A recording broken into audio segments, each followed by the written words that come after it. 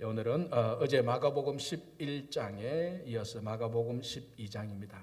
보면서 매 장마다 있는 것을 다를 다루지 않고 대부분은 다루지만 시간에 맞추어서 각 장에 있는 마가복음 11장에서 15장까지 내용을 좀 보도록 하겠습니다. 자, 오늘 마가복음 12장. 자, 11장에서 12장은 전부 다 고난 주간에 일어났던 일들이고 고난 주간에 예수님께서 말씀을 선포하신 내용입니다. 그러니까 이 내용들이 대체로 고난 주간에 예수님이 당하시는 고난과 십자가의 죽음, 그리고 그 죽음 이후에 부활의 그 내용, 그리고 예수님의 그 죽으심이 단순히 사람이나 뭐 정치범이나 강도로 죽는 것이 아니고 하나님께서 사랑하는 아들을, 즉 우리의 구주로 보내신 그 죽으심을 증명하는 그런 내용들과 굉장히 많이 연결되어 있습니다.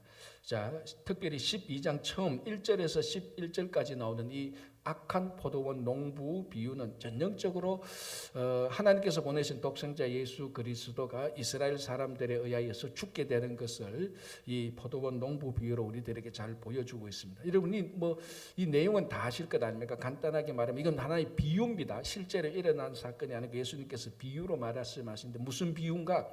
이제 하나님께서 보내신 독생자가 죽을 것이라는 그 비유죠. 포도원 주인이 멀리 출장 가면서 농부들을 불러서 내가 올 때까지 너희들 농사 잘하고 있거라, 이렇게 이제 부탁하고 주인이 멀리 가서 이제 소출을 거둘 때에 종을 보냅니다. 종을 보내서 그 소출을 네가 거두어라. 그래서 첫째 종을 보냈는데 이 농부들이 그 종을 주인이 보낸 종을 농부들이 잡아서 처단해버립니다. 쫓아내버리고 막 학대하는 거죠. 두 번째 종도 보내고 세 번째 종도 보내는데 다 이처럼 해서 쫓아보냅니다. 원래 이 중동 그 관습법에 의하면은 이쯤 되면은 모든 포도원 주인, 아니 모든 주인이 반드시 이 농부들을 관가에 고소합니다. 그러면 이제 그 관가에서 우리 말하면 이제 법정에서 나와서 조사하고 실제로 그런 일이 일어났다면 이 농부들을 잡아서 감옥에 가두는 거죠. 정상적으로 만약에 우리가 이 당시에 예수님의 이런 비유를 들었다면, 그리고 우리가 그 중동 간섭법을 아는 사람이라면은 첫째 종을 잡아 죽이다가 쫓아내 보내, 둘째 종도 쫓아보내, 셋째 종도 쫓아보내. 이제 그 다음에는 뭘 기대하겠습니까? 이제 주인이 뭘 할 것이라고 기대하겠습니까? 주인이 이제는 참을 만큼 참았구나. 이제 주인이 저 농부들을 법정에 고발하겠구나. 그럼 저 악한 농부들 법정에 고발하면 법정에서 조사해서 나와서 악한 농부들이 했던 악한 행동들이 다 밝혀지니 저 사람들 법의 심판을 받겠구나. 당연히 그렇게 생각하고 있었습니다. 이 비유를 듣는 사람들이면 자, 이제 종들이 다 쫓아났구나. 주인이 굉장히 화가 났구나. 이제 저 악한 농부들을 다 법정 심판으로 세우겠다. 그렇게 다 당연히 그렇게 생각하고 있었습니다. 자, 그런데 예수님께서 이 비유에서 포도원 주인이 어떻게 합니까? 이번에는 아들을 보내는 겁니다. 지금까지 이런 일은 물론 이건 비유지만은 지금까지 이런 주인은 상상하지도 못했습니다. 어떻게 아들을 보내? 왜 아들을 보내? 저 악한 농부들, 이 아들을 보내면 아들에게 무슨 일을 할 줄도 모르는데 분명히 악한 농부들의 저 습성을 보면은 이 아들에게도 아무리 아들을 보낸다 할때라도 저 악한 농부들이 아들을 가만둘까 여러 가지 의심과 그리고 그 위험 속에 아들을 보내는 겁니다. 아무도 그런 일을 하지 않습니다. 오히려 그렇게 할 이유가 없죠. 그냥 법정에 고발하면 다 끝나는 거예요. 그 미국식으로 하면 3명의 종까지도 가지 않습니다. 1명 종만 이렇게 모욕 줘도 주인은 바로 이 법정에 고소해서 일을 다 정리합니다. 근데 3명의 종도 보내고 그 다음에는 아들까지 보내는. 자, 오늘 6절을 보시기 바랍니다. 12장 6절. 이제 한 사람이 남았으니. 자, 이 말 자체가 벌써부터 듣는 사람들한테는 충격이죠. 남기는 뭐 남아서 고소하면 되지. 자, 6절. 이제 한 사람이 남았으니 곧 그가 사랑하는 아들이라. 자, 그냥 아들이 아니고 사랑하는 아들이라. 이건 이미 하나님께서 독생자 예수 그리스도 사랑하는 아들을 보낸다는 그 비유와 이 비유에서 나타난 사랑하는 아들이 누군가가 확실히 드러납니다. 자, 예수님께서 세례를 받았을 때 하늘에서 나온 음성이 뭡니까? 이는 내 사랑하는 아들이요, 내 기뻐하는 자. 그거하고 똑같은 호칭이에요. 똑같은 호칭. 그러면 이 비유에서 사랑하는 아들은 누구? 예수 그리스도. 그러면 이 아들을 보낸 포도원 주인은 누구? 하나님. 그러면 악한 농부들은 누구? 지금 이스라엘 백성들. 뭐 범위를 확 줄인다면 뭐 종교 지도자를 될 수 있겠지만 넓게 보면 이제 십자가에 못 박을 이스라엘 백성들. 그럼 먼저 보낸 세 명의 종들은 누구? 구약에서 나타난 많은 선지자들. 이 비유가 정확히 지금 고난 주간에 예수님께서 십자가에 달려 돌아가실 사랑하는 아들을 악한 농부들이 죽임으로 말미암아 하나님의 사랑하는 독생자 예수 그리스도를 이스라엘 백성들이 이스라엘 사람들이 죽일 것을 그대로 지금 곧 며칠 후에 일어날 것을 지금 예견하는 비유로 하는 겁니다. 자, 6절 다시 볼게요. 이제 한 사람이 남았으니 곧 그가 사랑하는 아들이라 최후로 이를 보내며 이르되 내 아들은 존대하리라 하였더니, 자, 이 하나님께서 일말의 기대를 가지고 있습니다. 아니 어떻게 보면요, 하나님이 참 오해는 하지 마시기는 하나님은 참 어리석은 것 같아요. 그렇잖아요. 아니 여러분 생각해보세요. 세 명의 종을 다 쫓아내고 능력하고 몰아냈는데 아들을 보낸다고 해서 그 악한 농부들이 그 인간 악한 그 본성이 바뀌겠습니까? 그러면서 뭘 기대하는가? 에이, 그렇지 않을 거야. 저 악한 농부들 종을 보냈으니까 그렇지. 내 아들을 보내면 존대하리라. 어떻게 보면은 참 하나님이 어리석어 보여요. 왜 이렇게 하나님은 어리석은 행위를 할까요? 사랑 때문에 그렇습니다. 사랑 때문에. 자, 이 아들을 보낸 이유가 뭡니까? 심판하려고 보냅니까? 이 농부들을 심판하려고 보냅니까? 이 농부들을 그래도 긍휼과 자비로 대우하려고 보냅니까? 두 번째죠. 자, 이 아들을 보냈는데 만약에 이 비유를 우리가 다르게 보면 아들을 보냈는데 이 악한 농부들이 아이고 이거 주인님의 아들이 왔구나. 자, 여러분 아들이라는 것은 아들을 보낸다는 것은 아버지가 간다는 거하고 똑같은 권위입니다. 똑같은 권. 아버지가 특별한 사정으로 아버지의 몸이 못 가니까 아버지의 모든 권위와 모든 권세 모든 그 권한을 아들한테 100% 다 줘서 아들을 보내기 때문에 아들이 간다는 것은 아버지가 온다는 거하고 1%도 다르지 않습니다. 똑같습니다. 그러니까 이 아버지가 대신 온 거와 똑같습니다. 그러니까 이 아버지가 아들을 보내면서 이 아들을 존대한다면은 이 아버지는 그 앞에 세 명의 종들을 무시하고 능욕하고 쫓아낸 이 농부들을 어떻게 하겠다? 용서해 주겠다는 의미가 담겨져 있는 거예요. 무한한 사랑이죠. 무한한 사랑. 그래서 하나님은 왜 아들을 보내면서 존대하리라고 어리석은 생각을 했나? 사랑 때문에 어리석은 생각을 하는 거예요. 여러분 가만히 보면 우리 실제 생활에도 어떨 때 보면은 부모가 자식들한테 보면 굉장히 저거 왜 저래 멍청한 일을 하지? 라고 생각을 하는데 우리가 옆에서 보면 멍청한 일인데 그 부모의 마음에 들어가 보면은 왜 그런 멍청한 일을 합니까? 그 자식에 대한 말할 수 없는 사랑이 있기 때문에 그런 멍청한 일을 하는 겁니다. 우리가 옆에서 볼 때 멍청해서 멍청한 일이 아니고 그 일이 잘못돼서 멍청한 일이 아니고 사랑 때문에 그런 일이 일어나는 겁니다. 그러니까 여기 하나님께서 세 명의 종들을 무시한 이 농부들에게 자기 아들을 보낸 것은 그 농부들에 대한 이스라엘 백성들에 대한 어마어마한 사랑, 정말 어리석을 정도의 사랑을 보낸 겁니다. 자, 그런데 어떤 결과가 일어납니까? 7절 그 농부들이 서로 말하되 이는 상속자니, 자 우리가 이분에게 우리 소출을 주자, 그게 아니고 이는 상속자니, 자 죽이자. 그전에는 다른 종들을 물론 여기 자세히 보면은 5절에도 때로는 뭐 어떤 종들을 죽인 종도 있지만 대부분은 종들을 무시하고 능력하고 쫓아내는데 상속자니까 이들이 만장일치를 기려야 합니다. 이 상속자는 어떻게 해야 된다? 죽이자. 상속자는 죽여야 된다. 그러면 우리가 이 농부를 이 포도원을 차지할 가능성이 훨씬 더 있다. 그런 생각이 있었을 것입니다. 그러니까 자 보십시오. 이 농부들의 생각과 하나님의 생각이 얼마나 다릅니까? 180도로 전면적으로 다릅니다. 약간 다른 정도가 아니고 완전히 다릅니다. 농부는 어떻게 생각합니까? 상속자 내 아들을 보니까 존대할 것이다. 자, 농부들은 어떻게 보니까 상속자가 왔으니 이거는 반드시 죽여야 된다. 생각이 완전히 반대입니다. 이 농부들이 얼마나 악했는가를 보여주고 반대로 이 주인은 얼마나 사랑이 넘쳤는가를 보여줘요. 하나님의 사랑이 얼마나 무한했는지를 보여주고 이스라엘 백성들, 아니 더 정확히 말하면 우리들의 이 악한 품성이 얼마나 악했는가를 그대로 보여주는 거죠. 자, 그래서 어떻게 합니까? 자, 8절에 이에 잡아 죽여 포도원 밖에 내 던졌느니라. 자, 이 굉장히 리얼한 비유죠. 예수님께서 십자가에 달려들었을 때 성전 밖 골고다 언덕의 십자가에 박혀서 성전 밖에서 죽으시잖아요. 그래서 그 몸이 성전 밖 골고다에 던져지는 것하고 마찬가지 아닙니까? 자, 여기도 표현도 보시죠. 이는 잡아 죽여 포도원 밖에 던지자. 자, 포도원이 성전으로 본다면 성전 밖에 던져서 죽는 것.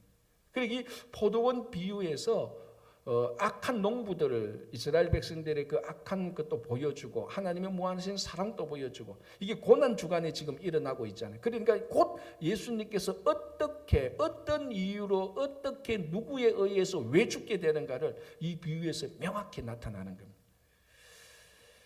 자, 9절 포도원 주인이 어떻게 하겠느냐. 이제 나중에 이제 그 아들이 죽고 난 다음에 이제 어떻게 하냐. 이제 마지막, 이제 진짜 남은 건 뭡니까? 심판밖에 없죠. 자, 세상은 자, 하나님도 심판을 하고 세상도 심판을 합니다. 그러나 하나님의 심판과 세상의 심판은 본질적으로 완전히 다릅니다. 사람의 심판은 복수적인 심판입니다. 그러나 하나님의 심판은 뭡니까? 하나님의 사랑이 무한한, 자, 이 표현이 이상하지만 무한한 하나님의 사랑이 다 끝나고 난 다음에 심판이 나타나는 거예요. 그러니까 이 하나님의 심판이라는 것은 인간에 대한 무한한 모든 사랑을 다 주고 난 다음에 그 사랑을 받지 못했을 때 심판을 받게 되는 것입니다. 사람의 심판은 다르죠. 사람은 사랑을 주고 난 다음에 심판하지 않습니다. 사랑을 주기 전에 심판을 하는 거죠. 사람들은 복수를 하는 겁니다. 똑같이 심판을 합니다. 그러나 사람의 심판과 하나님의 심판은 본질적으로 다른 겁니다. 하나님의 심판은 모든 사랑이 다 가고 난 다음에 남은 것이 없을 때 심판입니다. 그러니까 자 보십시오. 9절에 포도원 주인이 어떻게 하겠느냐. 이제 할 게 없습니다. 아들까지 다 줬으니까. 와서 그 농부들을 진멸하고. 자, 그래서 이게 이제 마지막에 예수님께서 이 땅에 오실 때 마지막 심판을 또 의미하는 거죠. 어떤 사람은 말합니다. 아니 하나님은 사랑이라면서 왜 심판하십니까? 라고 말하는데, 그때 그 질문하는 사람이 사랑과 심판이라고 생각하는 그 차원은 전부 다 사람이 사랑하고 사람이 심판하는 그 차원에서만 그런 질문을 던지는 겁니다. 그러니까 인간의 차원에서 사랑과 심판은 반대되는데 인간의 차원에서 이 두 개를 조화시키려고 하니까 안 되는 거죠. 그러니까 그런 질문이 나오는 겁니다. 그런데 하나님에게서 사랑과 심판은 별개의 것이 아니고 같은 거예요. 무슨 말인가 하면 하나님의 심판이 나타났다는 그 의미는 뭡니까? 하나님의 무한한 사랑이 그 전에 다 나타났다는 겁니다. 그러니까 그러니까 우리가 일상생활을 할 때도 하나님의 심판을 받았다 그러면은 그 앞에는 분명히 하나님의 놀라운 사랑의 경고가 있었다고요. 놀라운 사랑의 경고가 있었다. 그걸 자기들이 다 무시하고 악한 성품을 무시했기 때문에 심판이 나타나는 거예요. 하나님의 심판이 나타났다. 그 앞에는 하나님의 무한한 사랑이 나타났다는 거예요. 이걸 모르고 사람의 관점에서 사랑과 심판을 조합시키려니까 안 맞는 거예요. 왜? 인간의 사랑과 심판은 조합이 안 되는 겁니다. 이게. 왜? 심판은 사랑이 아니고 사랑은 심판이 아니니까 인간에게 있어요. 하나님은 이 심판이 사랑이었습니다. 그죠? 자, 10절 너희가 성경에 건축자들이 버린 돌이 모퉁이의 머릿돌이 되었나니, 이 아주 유명한 말씀 아닙니까? 이제 이 건축하는 사람들이 이 돌 쓸모없어라고 버린데 나중에 보니까 이 돌이 그 모퉁이의 가장 중요한 그 건물을 세우는 그 모퉁이의 머릿돌이 되는 겁니다. 그리고 지금 이 포도원 악한 농부들이 버린 그 예수께서 그 머릿돌이 된다는 것을 얘기하는 겁니다. 우리 성경에 보면은 버려진 많은 돌들이 머릿돌이 됩니다. 자, 가장 대표적으로 요셉을 한번 보십시오. 요셉은 전형적으로 버린 돌 아닙니까? 가족에서. 그죠? 형제들 10명이 다 버린 돌입니다. 그런데 어떻게 됩니까? 애굽에 가서 총리가 되고 그 가족을 다시 살리는 그 주춧돌이 되는 거 아닙니까? 사실 다윗도 그랬어요. 여러분, 다윗이 사무엘이 그 이새 집에 가서 그 이새 아들 가운데 기름 부을 자가 어디 있느냐고 1번부터 7째 아들까지 다 선볼 때 다윗은 어디 있었습니까? 그 집에서 버림받아서 어디 있었습니까? 들에 나가서 양치고 있었다고. 아버지와 형들에서 버려진 존재라고 다윗이. 야 이게 다냐? 그래서 사무엘이 이게 다냐 하니까 이새가 뭐라고 말합니까? 하나 있는데 그거 뭐 볼 필요 있습니까? 그 7명의 아들이 안 되면 그 마지막 아들 안 되는 거죠. 그 덜에 하나 있는데. 자 오늘 표현대로 말하자면 우리 집에 이 좋은 돌 다 보여줬는데 돌 더 있냐라고 물으니까 그제서야 기억이 난 듯. 덜에 하나 내가 갖다 버린 돌이 있는데 그거 혹시 보시려면 볼 필요도 없는데 그런 의미하고 똑같습니다. 버려진 돌. 자 가만히 보면요. 오해는 하시면 안 돼요. 우리 이민자들은 타이든 자이든 어떻게 보면 조국에 의해서 버려진 돌 아닙니까? 그죠? 그렇지 않나? 여러분들은 이민에 대해서 어떻게 생각하실지 모르지만 저는 가끔 그런 생각이 들어요. 가끔 한국에 가보면은 이건 내가 태어난 곳인데 이제는 이민 생활을 좀 물론 여러분보다는 못했지만은 하다가 한국에 들어가면은 이게 안 맞다 이거 내가 타이든 자이든 어떻게든지 우리 조국으로부터 버려진 것 같다 뭐 나쁜 의미라기보다 어쨌든 그런 의미 그런 기분이 들더라고요. 사실 어떻게 보면 이민자들은 원래 본체에서 떨어져 나온 사람들이에요. 다 버려진 돌입니다. 자, 그런데 오늘 얼마나 말씀이 은혜롭습니까? 이 버려진 돌이 모퉁이의 주춧돌 머릿돌이 된다는 겁니다. 이게 하나님께서는 버려진 돌을 모퉁이의 그 주춧돌로 쓰는 겁니다. 그래서 여러분들이 우리 신앙생활하다가 주님의 일을 위해서 수고하고 진짜 애쓰다가 자꾸 버려진다 생각하면 기뻐하시면 됩니다. 왜? 이제 조만간에 내가 주춧돌이 될 거구나. 그렇다고 교만할 건 없고요, 그죠? 버려진다 이래 생각하면 내가 왜 주님의 일에 수고하고 있는데 사람들이 나를 자꾸 버리는 것 같아. 그때 번뜩 생각을 하시면 성령께서 번뜩 여러분들의 머리를 두드릴 겁니다. 야, 너 이제 모퉁이의 머릿돌이 되고 있는 거야. 그게 오늘 주님께서 말씀하신 겁니다. 그죠?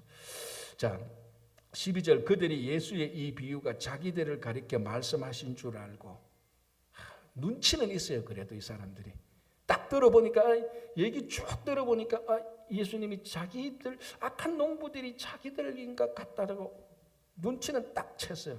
그래서 예수를 잡아서 어떻게 해코지 하려고 그랬는데 아직까지 예수가 많은 사람들에게 최소한은 위대한 선지자로 인정받고 있으니 이 예수를 어떻게 하지 못했다는 이 딜레마에 빠진 것들을 보여줘요.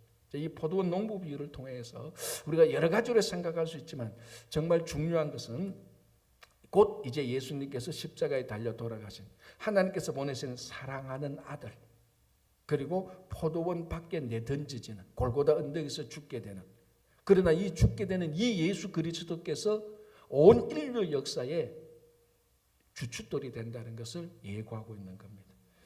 자 이제 그 다음에 세금 문제가 나오죠. 13절에서 17절 유명한 세금 문제 아닙니까? 자 아주 묘한 부분이 있습니다. 13절 여기서 그들은 아마 누군지는 정확히 모르는데 아마 사내들인 공예일 겁니다. 사내들인 공예는 최종 유대 법정 기간 아닙니까? 그들이 예수의 말씀을 책잡으려고 하여 자 이제 성전에 와서 성전 정화도 시키고 즉 갈릴리에서 올라온 한 사람이 자 여러분 이걸 아셔야 됩니다. 이게 전부 다 예루살렘에서 일어난 것 아닙니까? 그저 갈릴리가 아니잖아요. 그런데 예수님은 어디 출신입니까? 갈릴리 출신이란 말이에요. 갈릴리는 그 당시에 굉장히 예루살렘에서 볼 때 갈릴리는 지금 촌 중에 촌입니다. 게다가 그 고향이라고 말할 수 있는 그 지역이 나사렛 아닙니까? 그러니까 갈릴리에서 좀 이름난 이 선지자 하나가 예루살렘에 와본들 이 사내들인 공예 사람들이 예수를 선지자라고 인정합니까? 율법 라이선스도 없는데 그 성전에 와서 율법을 가르칠 라이선스도 없는데 그러니까 이 사내들인 공예원들이 볼 때는 이거 하여튼 뭐라고 말할까 이 예수라는 선지자가 와서 성전에 와서 막 이 하나님의 말씀을 전한다고 막 이렇게 말하니까 굉장히 기분이 나쁘기도 하고 화가 났을 겁니다. 그래서 잡아서 어떻게 이제 처단하려고 하는 거죠. 그래서 말씀을 책잡으려고 누구를 보내는가 하면은 바리새인과 헤롯 땅 중에서 사람을 보냅니다. 자, 이 사내들인 공예 회원들은요. 거기 바리새인도 있고 서기관도 있고 헤롯 땅도 있고 여러 종류의 사람들이 모여서 사내들인 공예 한 70명을 구성하는 겁니다. 유대 최고 법정 기관이죠. 자, 이 사내들인 지도부가 바리새인을 보내고 헤롯 땅을 보냅니다. 최소한 두 사람은 보냈겠죠. 그래서 이 두 사람이 예수님에게 묻는데 세금 문제를 묻죠. 왜 세금 문제를 묻습니까? 만약에 예수님께서 세금을 내라 한다면은 그리고 내지 말라고 한다면은 자, 이 질문이 뭡니까? 가이사에게 세금을 내는 것이 맞냐 아니냐 이겁니다. 자, 여기서 이제 대답 잘해야 되는 거죠. 왜냐하면 세금을 내도 된다라고 말하면은 먼저 요거부터 봅시다. 바리새인과 헤롯 당은 원래 본질적으로 이 두 사람은 성향이 다릅니다. 바리새인들은 반 로마 사람들이고 헤롯 당은 친 로마 사람들입니다. 헤롯 당은 원래 정치 권력을 지향하는 사람, 좋아하는 사람들이니까 어쨌거나 로마에 붙어가지고 권력을 지려고 하는 거고, 바리새인들은 그래도 그 당시 바리새인들은 로마에 저항하고 이스라엘 백성들을 대변하는 종교 정파 사람들입니다. 그러니까 평소에는 바리새인과 헤롯 당이 이렇게 붙으면은 모든 생각과 관점이 다 달라요. 왜? 하나는 친로마고 하나는 반로마니까. 그런데 그런데 이 사내들인 이 공의 지도자들이 그걸 알고 두 사람을 보내서 세금 문제를 묻습니다. 자, 예수님이 세금을 내도 된다라고 말하면은 어느 사람이 싫어합니까? 바리새인들이 싫어하죠. 예수가 로마에 세금을 내라. 예수 저거 친로마 사람이네. 바리새인들은 반로마 사람인데, 야, 역시나 예수는 친로마 사람이야. 그리고 바리새인들 그 뒤에 있는 백성들 예수를 다 미워하게 되고, 자, 반대로 그러면은 세금 내지 말라. 그러면 바리새인들은 좋아하겠지만 헤롯 당들, 친로마 사람들은 이 예수라는 사람은 반역자다. 그렇게 몰아갈 수 있는 거. 딜레마에 빠지는 거죠. 내도 안 되고 안 내도 안 되고. 자, 그래서 예수님께서 뭐라고 말합니까? 그 데나리온 하나를 가져와봐라. 그 당시 이 데나리온은 로마 주화잖아요. 로마 동전 아닙니까? 지금 또 로마 동전이 발견됐는데 모든 로마 동전은 그 당시에 있었던 로마 황제의 얼굴을 다 새겨놓고 거기에 로마 황제의 이름을 라틴어로 다 기록해놨어요. 아마 여기서도 그 동전을 보니까 이 동지에 로마 황제 얼굴이 있지 않습니까? 자, 로마 황제 얼굴이 있으니까 이건 누구 거냐고? 로마 황제 거 아니야. 자, 이거 로마 황제 얼굴인데, 그럼 이거는 로마 황제 얼굴이 있으니까 로마 황제에게 보내라. 그리고 말하기를, 그러면 하나님 거는 또 하나님께 보내야 되잖아. 그러니까 세금을 내라는 거예요, 말라는 거예요. 내라고 말했지만은 또 하나님의 것은 하나님에게 보내라고 말하니까, 자, 가이사의 것은 가이사에게 내라. 누가 좋아합니까? 헤롯 당이 좋아하죠.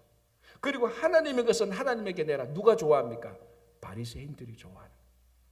그러니까 이거는 하늘의 지혜가 아니면은 이 질문을 대답할 수가 없습니다.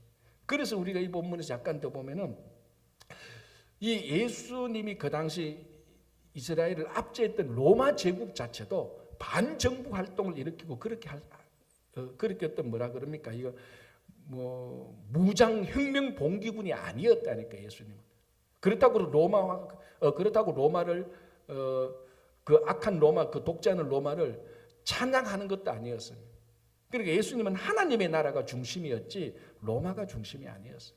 그러니까 사람들이 전부 다 지금 예수님에게 엉뚱한 질문, 이상한 질문을 하면서도 자기들이 던진 질문에 항상 자기들이 당하는 이유가 예수님의 관심이 하나님의 나라에 있고 하나님의 영광 돌리는 것에 있다는 것을 이해를 못하기 때문에 이런 질문을 던지는 겁니다. 우리도 똑같습니다. 우리는 이 미국, 한국 어떤 국가에 살든지 우리는 국가를 부정할 이유가 없습니다.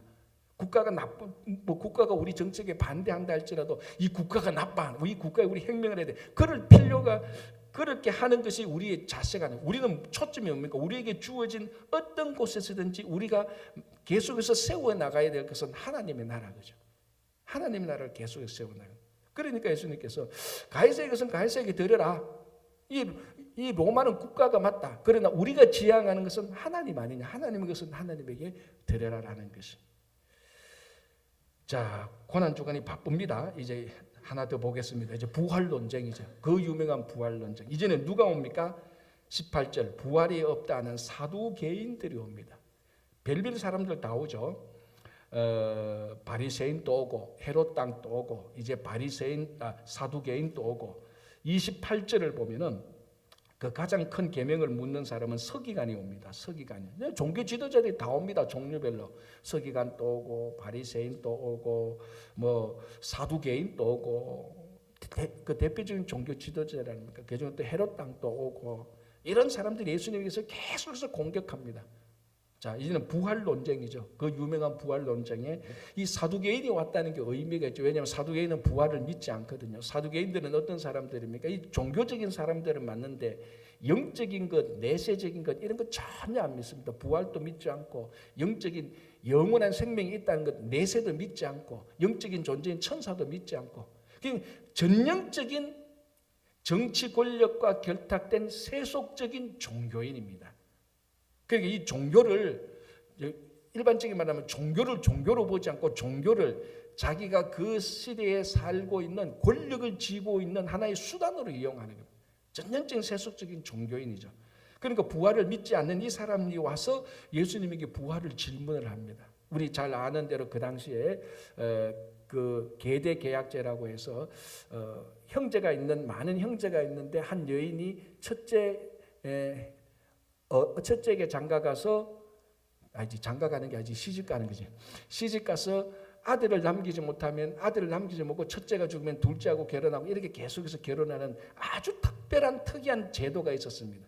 그게 뭐 오늘날에 이상하다 그게 아니고, 자 그런데 한 예를 들자면은 이렇게 7명의 형제가 있는데 자식이 없이 다 죽었다. 그런데 부인은 하나지 않습니까? 그런데 나중에 부활 때에 이 부인은 7명의 형제 가운데 누구의 아내입니까? 자기 딴엔 굉장히 중요한 질문을 했어요. 그런데 예수님이 볼 때는 부활을 믿는 부활 이후의 삶을 아시는 예수님께서 볼 때는 이것만큼 어리석은 질문이 없어요. 그래서 예수님께서 뭐라고 질문합니까? 뭐라고 답변합니까? 야, 네가 성경도 모르고 하나님의 능력도 모르니까 이런 질문을 한다. 무슨 말입니까? 질문 자체가 잘못됐다. 그러니까 부활을 모르니까 질문도 현세적인 질문을 하는 겁니다. 부활 이후에 장가 가는 게 있습니까? 없습니까? 부활 이후에 결혼 제도가 있습니까? 없습니까? 전혀 없지 않습니까? 그러니까 부활 이후의 삶도 사두개인들은 세상적인 관점으로 부활을 보는 겁니다. 부활조차도 세상적인 관점으로 보는 거예요. 그러니까 보니까 부활 이후에 죽은 7명의 형제가 나타나고 이 한 여자가 있는데 누구하고 결혼해? 이 여자는 누구의 아내입니까? 그 부활 이후의 삶은 이런 인간적인 제도가 하나도 없는 겁니다. 그걸 그래서 예수님께서 뭐라고 말합니까? 너는 부활도 모르고 하나님도 모르고 성경도 모르고 아무것도 모르니까 이런 멍청한 질문을 하는구나 라고 말을 하면서 아주 중요한 말씀을 합니다. 27절 보시면 이게 오늘 어떻게 보면은 이 고난주간에 예수님께서 돌아가시고 부활하실 것에 대한 강력한 증거죠. 27절 하나님은 죽은 자의 하나님이 아니요 산 자의 하나님이시라. 너희가 크게 오해하였도다. 자, 이 사두개인들은 사람이 죽으면 끝. 그 위에 내세도 없으니까 하나님이 있다는 건 믿습니다. 그리고 이 하나님도 뭐 아브라함과 이삭과 야곱의 구체적인 그런 하나님이 어떤 신적인 존재라서 하나님을 믿는 거예요. 자, 그러면 이 사두개인들은 아브라함과 이삭과 야곱이 죽었으니까 끝. 그런데 하나님은 뭐라고 말합니까? 예수님은 26절에 하나님은 아브라함과 이삭과 야곱의 하나님이라는 것. 이 말이 뭔가 하면 지금도 아브라함과 이삭과 야곱은 살아있다. 왜? 죽었지만은 부활해서 살아있는 죽었지만은 부활해서 살아있는 아브라함과 이삭과 야곱의 하나님이다. 그래서 하나님은 죽은 자의 하나님이 아니고 살아있는 하나님이다. 다시 말하면은 좀 해석은 부활의 하나님이라는. 자, 그러면서 27절에 하나님은 죽은 자의 하나님이 아니고 산 자의 하나님이다. 자, 뭘 지금 초점을 맞추고 있습니까? 고난주간에 예수님께서 죽으시면은 그 죽은 자의 죽어서 끝난 하나님이 아니고 죽었다가 다시 살아나서 부활하시는 하나님이라는 거예요. 지금 이 말 속에 강력하게 고난주간에 예수님께서 십자가에 죽으시고 부활할 것이라는 메시지가 강력하게 들어가 있는 겁니다. 이거를 사두개인이 도무지 알아들을 수가 없죠. 왜?